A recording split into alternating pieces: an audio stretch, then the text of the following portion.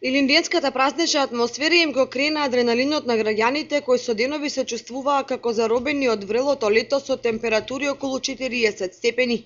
Многумина веќе имаат одлучено каде и како ќе го празнуваат тројниот македонски празник, па едни веќе заминаа на излетничките места во околината, други ги чекаат манастирските собори и слави да излезат меѓу народот, а трети се упатија преку граница во потрага по морските авантури.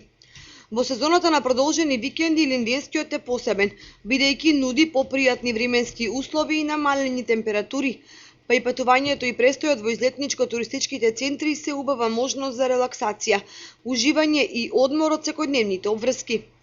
Кога во Кочани температурата е околу 40 степени Целзиусови, Пониква се потврдува како вистинска и незаменлива воздушна бања.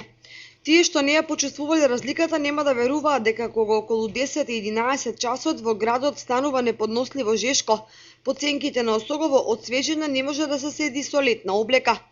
Свежина нуди околината на вештачкото езеро Градче, каде планинската вода и густата шума представуваат вистински рај. Во Зорновци традиционално ќе се слави Илинден со многу гости од поширокиот регион, но и од диаспората, бидејќи печалбарите веќе се дојдени и ја прават празничната атмосфера. Во Чешиново и овој Илинден ќе се одигра финалето на најмасовната спортска турнирска манифестација во Македонија, Илинденските спортски игри, во која ќе играат екипите на Бања и Тиранци. Поради ограничениот домашен буџет за жал овогодишното празнување, голем број од граѓаните ќе го поминат во своите домови, но и тука досетливиот народ ќе знае да создаде празнична атмосфера и да се потсети на илинденските традиции.